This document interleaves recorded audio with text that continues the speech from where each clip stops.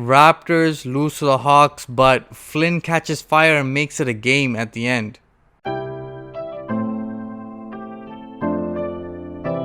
The answer is no. Malachi Flynn was on fire, was hitting back-to-back threes, 15 points in that fourth quarter, and he was just killing the Hawks, and he made the game down to a one-possession game, 3 points, but the Raptors just couldn't, execute down the stretch, and you know what, it was just too late. The Raptors cut it down to one possession with less than 24 seconds left in the game, and the Raptors lost a free throw battle there. And you know what? If it wasn't for Malachi Flynn, this game looks more like a blowout. The Raptors lost to the Hawks, and the Hawks were missing, 5 or 6 of their best 8 players or something. Like, no Trae Young, no Gallinari, no DeAndre Hunter, no Cam Reddish, and Tony Snell wasn't there either. And it just seemed like they barely had a roster to play. All they had was Bogdan Bogdanovic and Clint Capela, Solomon Hills, whatever. But they just had a lot of guys just chip in and step up, which the Raptors really needed. Those kind of guys just step up and play basketball. But you know what? The Hawks did a good job of just executing and dissecting the Raptors. Bogdanovic ran the pick and roll to perfection all game long. Was finding Clint Capela for easy dunks. And Capela, a monster on the glass tonight. 21 rebounds. Just abused the Raptors inside and on the offensive glass. 19 points and 21 boards. Was a beast. And then you had Bogdanovic kill it with his playmaking. And you know what? A recipe for disaster. No Lowry in this one. And still no Van Vliet. As this Raptors team really didn't have any playmakers on the court other than Siakam. Siakam, a solid game from him. 30 points, 6 and 7. A solid overall game.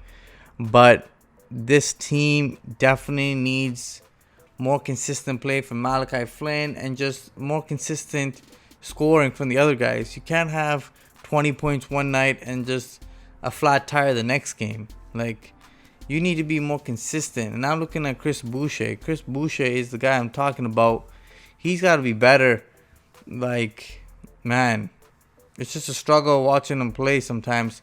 But OG Anunoby, he played a solid game. But he really couldn't do a good job of stopping Bogdanovic either. Because the pick and rolls, the Raptors getting abused by.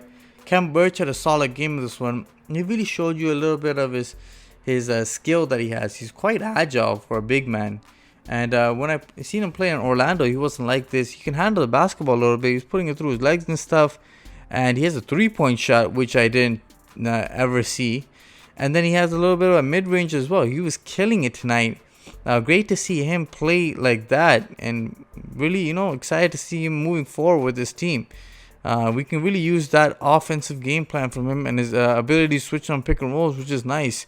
On the defensive end as well. And he's a big body. He grabs those boards, which the Raptors desperately need. This Raptors team made a good push in that fourth quarter, led by Malachi Flynn, but Trent struggled in this one, and the Raptors can't afford any of the starters struggling. Chris Boucher was only 4 points, was pretty much negligible tonight. But the Raptors need consistent effort and just consistent scoring from their guys, especially since there's no Lowry or Van Vliet or even Bembry tonight. The Raptors really need more consistent play from their guys, and we need to get healthy first off. But you got to beat down on these shitty teams. Like the Hawks aren't that good of a team for the Raptors to lose, but it is what it is. Fun fact for Raptor fans out there: when the Raptors faced the Hawks last time, the Raptors were 4th in the East, Hawks were 11th, and a lot of things have changed. COVID hit, All-Star break, injuries. Coaching change for the Hawks, all that, and you got the Hawks now sitting 4th and the Raptors now 11th. The roles have reversed, and you know what, the Hawks have been playing good basketball, and they managed to win this game without their stars. No John Collins as well. Oh my goodness, I couldn't remember John Collins. He wasn't even playing too, their number 2 guy. So pretty much the Hawks had barely anybody on the court, yet the Raptors still lost. This is a game that Siakam's got to carry us to win this game. But obviously, you need a little help. Malachi Flynn with 22. It was a good help there, but you need a lot more scoring. And Gary Trent Jr. 3 of 15 or something. Not good shooting night from him. But the Raptors need consistent scoring and playmaking going forward. And Birch had a good game, but the Raptors really need a consistent effort to win games. Another back-to-back tomorrow against the Spurs. We'll see how this Raptors team does against them. And on back-to-backs, the Raptors aren't the greatest. So it's going to be interesting to see when the Raptors face up against DeRozan and Pirtle as they make the return. Guys, let me know what you guys think of tonight's game. Like, share, and subscribe to the Raptors Wrap-Up. Smash that like button. Until next time, guys. Peace.